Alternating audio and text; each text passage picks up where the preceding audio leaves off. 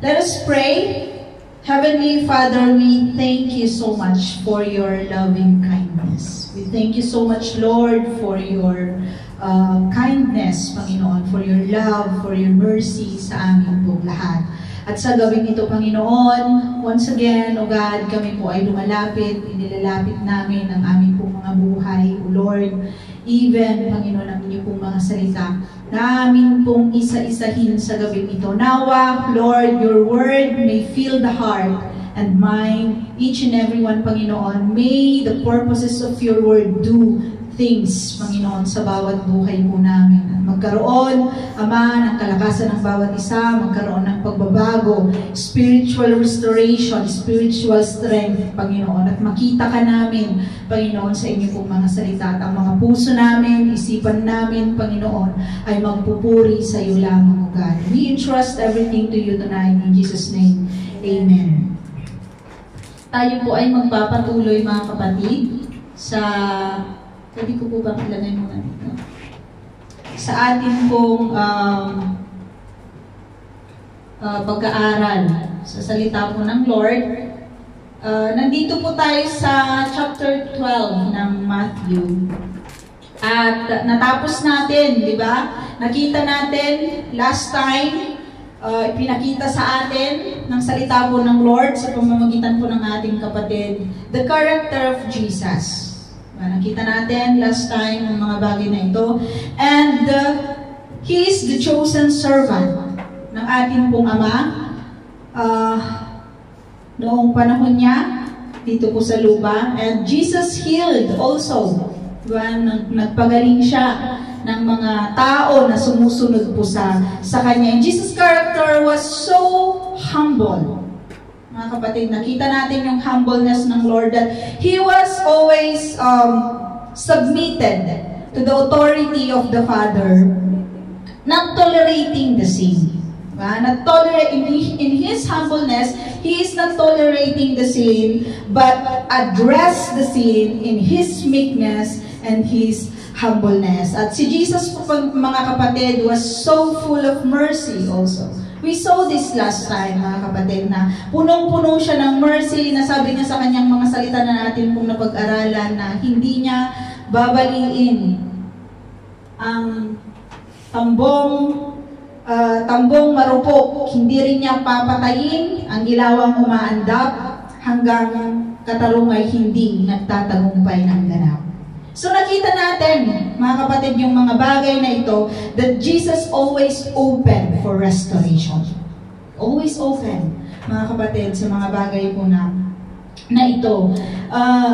Given by the ministry of Jesus on earth, sa mga kapanahunan po niya, mga kapatid, we also, di ba, sa atin, nakita natin na, we also, believers who follows Christ sa ating pong mga buhay, ay i-imitate yung character ng ating Panginoon na nakita natin last time, na ating pong narinig last Saturday, that knowing na tayo po ay mga believer, ay knowing that we are commissioned, sabi sa ating napag-aralan, that we are commissioned by the Holy Spirit, mga kapatid, for what?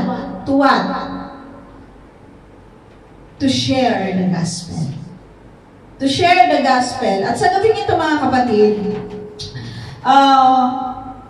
patuloy natin titignan ang rejection ng mga Pharisees sa ating pong Panginoon. Talagang sobra-sobra yung kanila pong rejection sa Panginoong Jesucristo, na makikita natin dito that Jesus healed yung na-possess na isang lalaki. Even sabi dito sa verse 22, dinala noon kay Jesus ang isang lalaking bulag at pipi na sinasapian ng demonyo. Pinagaling siya ni Jesus kaya't siya'y nakakita at nakapagsalita. So makikita natin dito, mga kapatid, that Jesus display once again yung kanyang healing power sa isang lalaking bulag, sa isang lalaking pipi, at even, hindi lang siya healer ng mga may sakit, but He casting demons sa mga kapanahunan po nila. Na ipinapakita sa atin, mga kapatid, na He has this authority na palayasin ang mga demonyo na sumasapi sa mga tao. At yung mga tao, sa mga kapanahon nung nakita nila yung bagay po na ito, na-amaze sila. Na-amaze sila at ang kanilang sinabi na mangha ang lahat at sinabi nila, ito na kaya ang anak ni David? So they are wondering if He is really the Messiah. Sa mga kapanahunan po nila, mga kapatid. At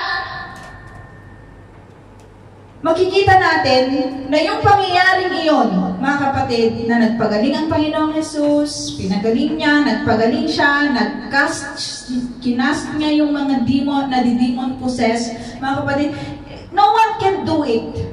Diba? Only the promised Messiah. Sa mga kapanahunan po nila, this is the evidence ng ating Panginoong Jesucristo sa mga kapanahunan nila. Siya po ay yung Kristo na sinasabi. Siya ang Messiah na hinihintay ng lahat na magsisave ng hindi lang sa mga Jew, but also the Gentiles. That's why sabi sa huli, di ba, ng verse 21, na sabi niya, at ang pag-asa ng mga hintil sa Kanya ay ilalagak. That's the hope. Not only for the Jews, but for the Gentiles. Kagaya nga ng testimony ni Pastora kanina, that Jesus really changed her. That Jesus really, yung sabi niya na sinabi na hindi siya wasak. That He is worthy. Diba? He is worthy. Hindi, nung makilala niya ang Panginoon, na hindi siya wasak kahit ang mga tao ay winasak yung kanyang pagkatao. But Jesus can heal, can restore, can change, mga kapatid. At sa mga punto pong ito, nagpapatunay lamang ng ating Panginoong Jesucristo sa mga kapanahunan. Siya yung Messiah. But knowing na ang mga Pariseo, mga kapatid, na ito, yung kanila pong response sa ating Panginoon, they are accusing the Lord Jesus Christ. Na ang sabi nila, verse 24, nang marinig ito ng mga Pariseo, sinabi nila, nakapagpapalaya siya ng mga demonyo sa pamamagitan ng kapangyarihan ni Beelzebul, ang pinuno ng mga demonyo. Ito yung kanila pong accusation sa ating Panginoong Jesucristo. Nung nakita nila ito, nakita nila, mga kapatid, nakita nila kung paano pinagaling ng ating Panginoong Jesucristo ang bulag, pipi, ikas na demon possessed, yung na-demon possessed na lalaking ito, nakita nila ang mga kaganapang ito. At ang kanilang response, they don't want to accept the reality, mga kapatid, na this is the Christ that they are waiting for. They don't like to accept that, mga kapatid. And they accuse, di ba, ang ating Panginoong Jesucristo. In the ministry of Christ, mga kapatid, ang mga Pariseyong ito ay laging yung kanilang opposition, di ba? Yung kanilang pag-oppose. Sila yung mga opposition, kumbaga, sa politika, di ba? Yung kanilang pag-oppose sa ating Panginoong Jesucristo was very severe. That we did so, di ba? Sa ating pong mga pinag-aralan na ang tinest nila ang Panginoon, di ba? They question the Lord, oh, teacher, ganito, ganyan, yung kanilang mga question. But God, Jesus Christ, we saw how He responded to them. Na in His meekness, in His knowledge, in His wisdom, kung paano sumagot ang ating Panginoong Jesucristo sa kanila. At natatamay-may ang mga Pariseyong ito in those questions sa ating pong mga pinag-aralan. What else? Hindi sila nag-success in questioning the Lord, Jesus Christ. Anong next? Nag-plan po sila kung paano nila papatayin ang ating Panginoong Jesucristo. But that's not yet the time na mamatay ang ating Panginoong Jesucristo. Plinaplat lang nila pero hindi yun nagtatagumpay. Pero knowing, di ba, they don't want to accept this Christ. That's why they are doing things na talagang kukuhanin siya, kung hindi siya makuha sa mga question, patayin na natin siya. Para wala nang ganitong mga pangyayaring nakikita natin na nagpapaligaw. Kasi ang akala nila, hindi ito ang Messiah. They are opposing Christ, mga kapatid. Na in reality, they really saw on how Jesus Christ healed the sick. And they really saw on how He preached the gospel. He preached the kingdom of God, and they don't want to accept that. And He knows that this is really the evidence that He is the Christ, that He is the Messiah. Pero ayaw nilang tanggapin ang ating Panginoong Kristo. At this time, mga kapatid, ay hindi nila mapatay-patay itong si Jesus Christ because it's not yet the time. Now, they accuse. Alam niyo yung accusation nila sa ating Panginoong Kristo? Siya si Beelzebul. Nagpapalayas siya ng kapangyarihan sa mga, kasi siya ay ginagamit niya yung kapangyarihan ni Beelzebul. Ibig sabihin, yung Beelzebul, mga kapatid, naaral po natin yon, he is Satan, the prince of devil. Mga kapatid. So, thinking of that, nakita po ng Lord, but Jesus knows, di ba, yung kanila pong mga iniisip, and He responded po sa kanila. Ang kanyang sinabi ganito, sa verse 25. Sabi niya, subalit, alam ni Jesus ang kanilang iniisip, kaya't sinabi niya, ang bawat kahariang naglalaban-laban, ang mga mamamayan ay babagsak. At alinmang bayan o sambayang sila ang naglalaban-laban ay mawawasak. So nag-emphasize ang Lord, di ba? Makes no sense kung titignan natin, mga kapatid. Parang sinasabi ng ating ang sambayan ang kinakalaban niya, di ba? Mawawasak ang bayan, sambahayanan na nilalabanan ang isa't isa, mawawasak. They cannot build the nation. They cannot build the country. Kung sila mismo ay naglalaban-laban, ibig sabihin, mga kapatid, na yung kanilang accusation na yung na-demon possess ay pinapalayas din ng Prince of Devil, mga kapatid. Make no sense, di ba? Na siya mismo yung magpapalayas kung kapangyarihan nga ng demonyo, di ba? Yung ginagamit na kanilang accusation. Hindi mabibuild yung kingdom ni Satan. Hindi mabibuild kasi bakit niya palalayasin, di ba? Yung bagay na doon na naghahari, doon sa taong yun. Ibig sabihin, sinisira niya yung binibuild ni Satan. Diba? Yung binibuild niya na kingdom. So it makes no sense at all yung accusation ng mga Pariseyong ito just because they don't want to accept the Lord Jesus Christ as the Messiah sa mga kapanahunan po nila. And that is so sad, mga kapatid, that we hear about the Lord Jesus Christ, and then we don't heed what we hear. And we don't want to accept the Word of God, and we don't want to heed the Word of God, mga kapatid. That's so sad. Because there is something, mga kapatid, nakaparusahan yung bagay ito. And as we continue, nakita natin na sabi ng Lord, in-emphasize niya. Sabi pa niya sa 26, kaya kung si Satanas, ang nagpapalayas kay Satanas, di ba? Kinakalaban niya ang kanyang sarili, di ba? Kung gayon, paano na niya mapapanatili ang kanyang kaharian? Kung yung kapangyarihan na ginagamit po na ina-accuse nila sa Panginoon ay galing kay Satanas, paano po bibuild ni Satan? Wala lang talagang sense ang mga Pariseyong ito sa mga kapanahunan po nila just because they don't want to accept the Lord as the Messiah. At nakakalungkot po ito, mga kapatid. Sabi sa 27, kung ako'y nagpapalayas ng mga demonyo sa kapangyarihan ni Beelzebul, sa kaninong kapangyarihan naman nagpapalayas ng demonyo ang inyong mga tagasunod? So, from where? Diba? At 28, hindi pa. Ang ginagawa nila, ang magpapatunay na maling-mali kayo. 28, ngunit kung ako'y nagpapalayas ng mga demonyo sa kapangyarihan ng Espiritu ng Diyos, nangangahulugang dumating na sa inyo ang kaharian ng Diyos. Mga kapatid, ito yung katotohanan hindi maitatago. Ito yung katotohanan na ipinamukha ng ating Panginoong Jesucristo sa mga Pariseyong ito. That He is in the midst of them.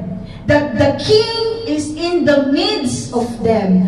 That the Messiah is in the midst of these Pharisees who is continuously rejecting this Christ.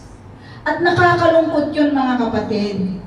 Yun ang bagay na nakakalungkot sa isang tao, that when you share the good news, he is rejecting it. He is rejecting it, and he doesn't want to accept it.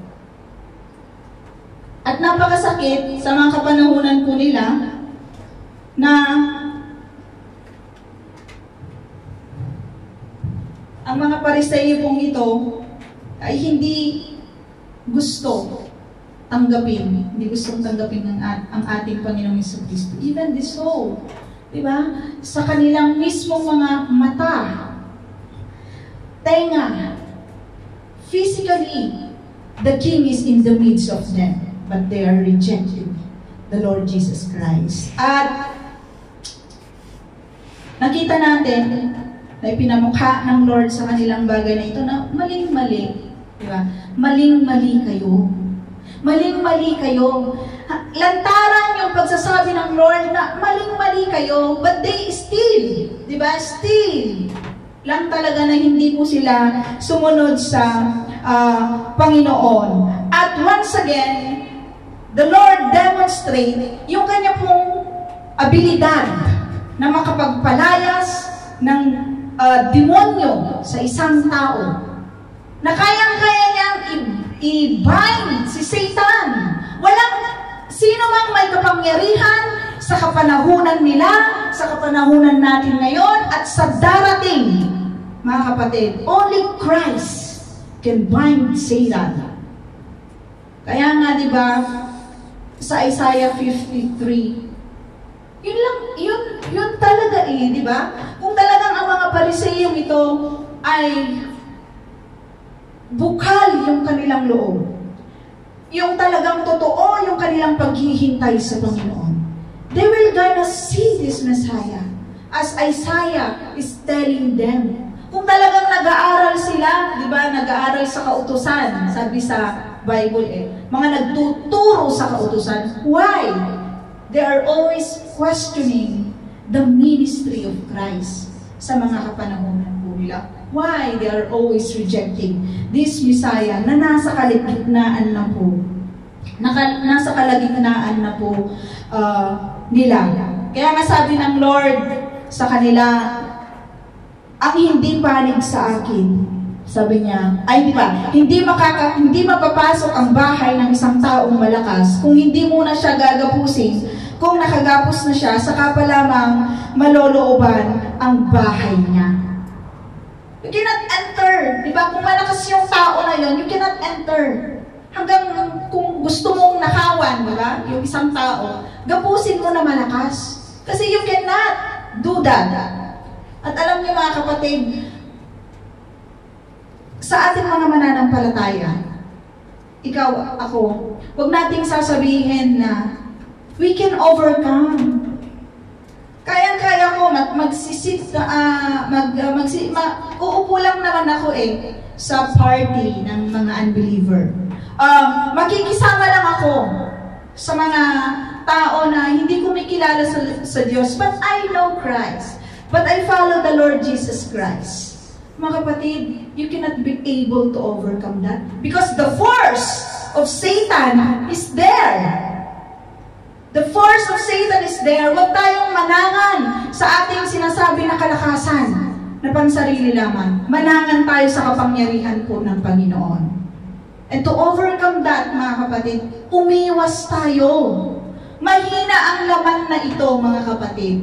Sa lahat ng bagay na ginagawa natin, lagi natin ipapaalala na ang katawang lupang ito ay napakahina. That the only thing that you overcome, the things that happenings in our lives, mga kapatid, it's because of the Lord Jesus Christ. It's because God, our God, gave us this strength to overcome that. Wala tayong pwedeng may pagmalaki sa ating Panginoon. Nothing, mga kapatid. Kaya huwag tayong manangan at magyabang na sasabihin natin, I can do this. I can do this, Lord. Wait lang. Alam ko naman yung aking ginagawa eh.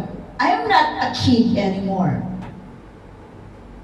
Pero mga kapatid, paalala sa ating lahat, hindi lang po sa inyo, kundi sa akin. Dapat tayong palaging mag-precaution when we are dealing the world.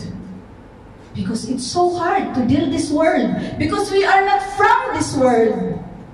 Sabi ng Lord, we are not from this world. We are sojourner. We are not citizen of this world. Mga kapatid. Kaya nga ang ating Panginoong Jesucristo, ganun na lamang siya ino-oppose ng mga tao po ito, ng mga Pariseyo pong ito. At nakakalungkot lang na nasa kalagitnaan na nila, diba? Ang hari sa lahat ng mga hari, the Lord of Lords. But then, they are rejecting the Lord Jesus Christ. Kaya nga, if you are not with Christ, sabi ng Lord, kaya't sinasabi ko sa inyo, mapapatawad ang hindi panig sa akin, ang hindi panig sa akin ay laban sa akin, at ang hindi ko kasamang mag-ipon ay nagkakalat. That's true. Mga kapatid, that is really true. Kaya nga, if you are not with Christ, you are with who? Satan. Dalawa lang yan. Christ o Satan. If you are doing the will of the Father, then you are with Christ. If you are not doing the will of the Father, then you are doing the will of Satan. Simple lang, mga kapatid. Napakasimple. Pero hindi ko sinasabing napakasimpleng lumakad. Because we cannot be able to walk doon sa sinasabi ng Lord na makitid na daan. It's because it's only the grace and mercy of God. And the thing na i-choose ng katawang lupa na ito, mga kapatid. Lang. Napakasimple kung gagawin natin ang para sa Panginoon. Sabi nga ng Lord, kung i-choose, kung yung sabi dito, ang hindi panig sa akin, laban sa akin. Dalawa lang yun. Kung hindi tayo sumusunod, syempre, kalaban natin ang Panginoong Jesucristo. And you know what, mga kapatid? This is so sad. And this is very terrible things that a person who reject Christ, who reject the Holy Spirit, the work of the Holy Spirit, mga kapatid, ito yung napakahirap. Sabi dito sa verse 31, kaya't sinasabi ko sa inyo, mapapatawad ang anumang kasalanan at paglapastangan, ngunit hindi patatawarin ang paglapastangan sa Espiritu Santo. Sino mang magsalita laban sa anak ng tao ay patatawarin. Ngunit ang sino mang magsalita laban sa Espiritu Santo ay hindi patatawarin maging sa panahong ito o sa panahong darating. Galing mismo ito sa anak ng Diyos, ng ating Panginoong Jesucristo. Jesus Christ is confronting these Pharisees, mga kapatid. Their sin that it's so unforgivable. kahit sa panahong ito at sa panahong darating. Kasi ang mga Pariseo nito, mga kapatid, Jesus is confronting the sin ng mga Pariseo nito that they are blasphemous doon po sa gawain ng banal na Espiritu. Ano yung gawain ng banal na Espiritu, mga kapatid? We said kanina that we are, ang ating, kanina mga kapatid, yung sinabi ko po kanina, yung ating pong napag-aralan, na itinuro po sa atin ni Ate Metz last time. We are commissioned. We are commissioned by the Holy Spirit to what, mga kapatid? To share the gospel. To share the gospel. And if we are commissioned by the Holy Spirit to share the gospel, mga kapatid, and we are not doing it, and we continuously rejecting this, mga kapatid, unforgivable yun. Nakakatakot ito pang mga kapatid kasi ang mga Pariseo nito, dinil ng Lord yung kanilang kasalanan. They really knows this Christ. They really know that this is the Son of David.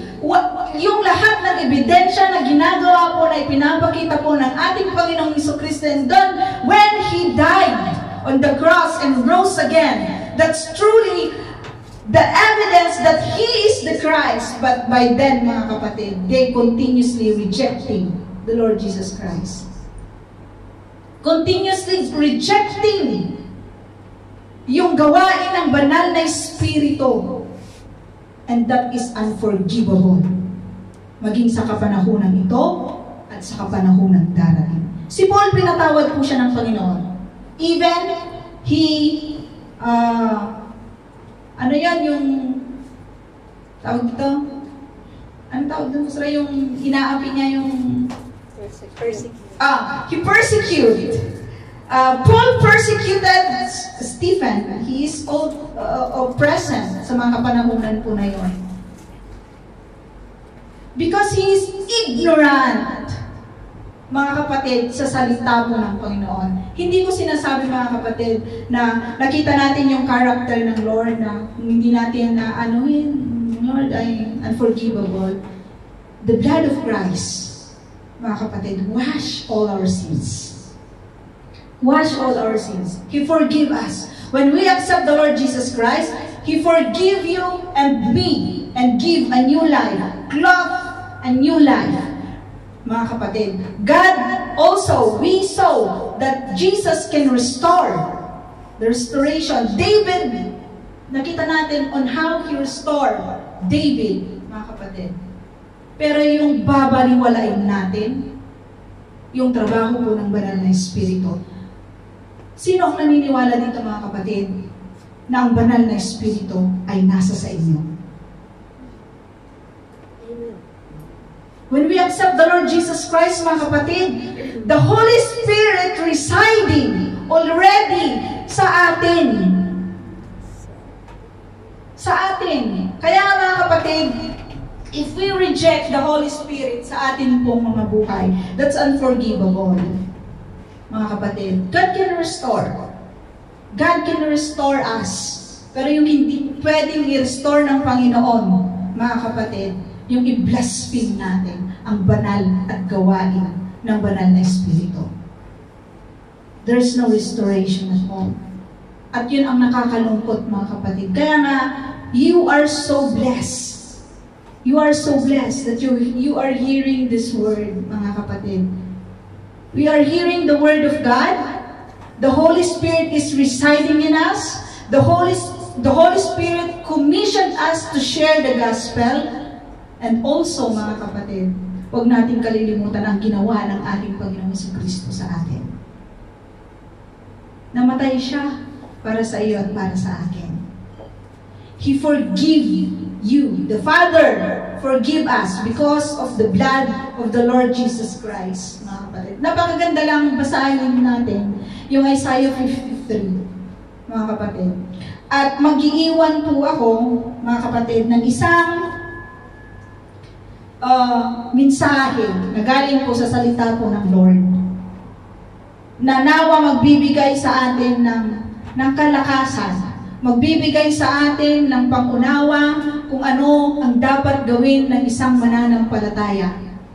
And God is always inviting you and me for forgiveness, for restoration, for salvation.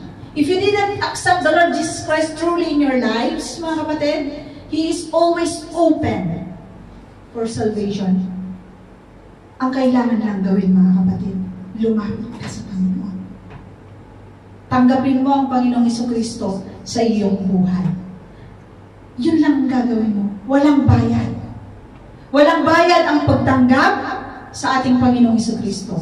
Walang bayad ang pagsunod sa ating Panginoong Jesucristo. And this book in Hebrew, mga kapatid, ang libro po ng Hebrew, chapter 6, mga kapatid, verses 4 hanggang 12. Sabi dito, sapagkat paano pang panunumbalikin upang magsisi ang mga tumalikod na sa kanilang pananampalataya. Dati naliwanagan na sila, nakalasap ng makalangit na kaloob at naging kabilang sa mga tumanggap ng Espiritu Santo. Nakalasap na rin sila ng kabutihan ng salita ng Diyos at nakadama ng kapangyarihan ng Diyos na lubusang mahahayag sa panahong darating. Kapag sila'y tumalikod, pagkatapos malasap ang lahat ng ito, hindi na sila maaaring panumbalikin upang magsisi sapagkat muli nilang ipinapako sa krus at inilalantad sa kahihiyan ang anak ng Diyos. Sapagkat pinagpapala ng Diyos ang lupang pagkatapos tumanggap ng masaganang ulan ay sinisibulan ng halamang pinapakinabangan ng mga magsasaka. Subalit, kung ang mga damo at halamang matitinik ang tumutubo doon, walang kabuluhan ang lupang iyon.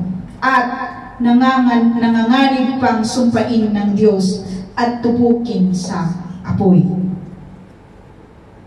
We need to grasp, mga kapatid, this word of God. Mga minamahal, kahit ganito ang sinasabi namin, this is Paul, natitiyak namin na nasa mas mabuti kayong kalagayan patungkol sa inyong kaligtasan. Makatarungan ng Diyos, hindi niya malilimutan ang inyong ginawa at ang pagmamahal na inyong ipinakita at hanggang ngayon ipinapakita sa pamamagitan ng paglilingkod ninyo sa mga hinirang ng Diyos. Ang nais namin ay patuloy na magsumikap hanggang wakas ang bawat isa sa inyo upang makamtan ninyo ang inyong inaasahan. Kaya't huwag kayong maging tamad, tularan ninyong mga taong dahil sa kanilang pagtitiis at pagpananalig sa Diyos ay tumatanggap ng mga ipinangako niya. This is truly an encouragement, mga kapatid. When we feel empty, when we feel lonely, when we feel nadi-disappoint tayo, mga kapatid. This is what the Lord is saying, mga kapatid, sa bawat isa po sa amin. Continue serving the Lord. Because if you stop at talikuran po ang Panginoon, mga kapatid, sa mga panahon ito, ano pa ang makakapagbalik sa inyo? Wala ng Kristo na may papako sa krus, mga kapatid. Ipinagpakong muli, ipinapahiya ang ginawa ng ating Panginoon sa Kristo. Kaya nga, mga kapatid kong minamahal, mag-continue lang tayo sa Panginoon. Mag-continue tayo sa paglilingkod sa Panginoon. Ang Lord ang nakakakita ng iyong ginagawa. Whatever it is, mga kapatid. And there will always be a room for restoration, a room for forgiveness, a room for salvation. Mga kapatid. Kaya nga, tayong lahat mga kapatid ay magpatuloy sa Lord. Magpalakasan ng bawat isa, magmahalan ng bawat isa, at magpatuloy hanggang sa tayo ay kuhanin ng Lord. Kung mamatay man tayo mga kapatid sa buhay na ito, it is really a rest and peace. Kung darating man ang Lord, na narito pa rin tayo at naglilingkod sa Kanya, we are so blessed that we no longer taste death, mga kapatid. And we will going to praise all the time, mga kapatid, sa ating pong buhay. Huwag tayong tumigil. Huwag tayong tumigil, mga kapatid. Whatever the circumstances sa ating pong mga buhay, iniibig po kayo ng Panginoon. At isusustain ng Lord ang kalakasan ng bawat isa po sa atin. Huwag tayong tumigil, mga kapatid. Masarap maglingkod sa Panginoon, hindi siya madali, because sabi ni Pastora kanina, Satan is there. He doesn't want our life to be easy. Ayaw niya ng ganon. Ayaw ni Satan ng ganon. Be reminded of that, mga kapatid. Be reminded that Satan is always there. Satan, doesn't like you to have the joy, but we can find it to the Lord. Satan doesn't like you peace, to have peace, but we can find it to Christ. Mga kapatid, Satan doesn't like you to have life, but Jesus give this life. And not only for this world, it's eternal life. Mga kapatid, let us pray. Heavenly Father, we glorify your name, O God. We thank you, Lord, for your unending grace, for your unending mercy, for your unending comfort to each and every one, O God. Lord, truly, you see, Panginoon, yung heart ng bawat isa, the mind, each and every one, Panginoon. Thank you for your encouragement according to your word, Panginoon, na kailanman ay hindi nagbabago, na patuloy pa rin, Panginoon, na buhay, na patotoo, Panginoon, sa bawat isa po sa amin. Salamat sa gabing ito, Panginoon. May your word, Panginoon, fill the empty heart. May your word tonight, Panginoon, fill, Panginoon, the heart that longing for forgiveness, that longing for restoration, that longing for salvation tonight, Father. Lord, your name be glorified tonight, O God. Ikaw lamang ang amin pong itataas at sasambahin sa gabing ito. In Jesus' name we pray. Amen.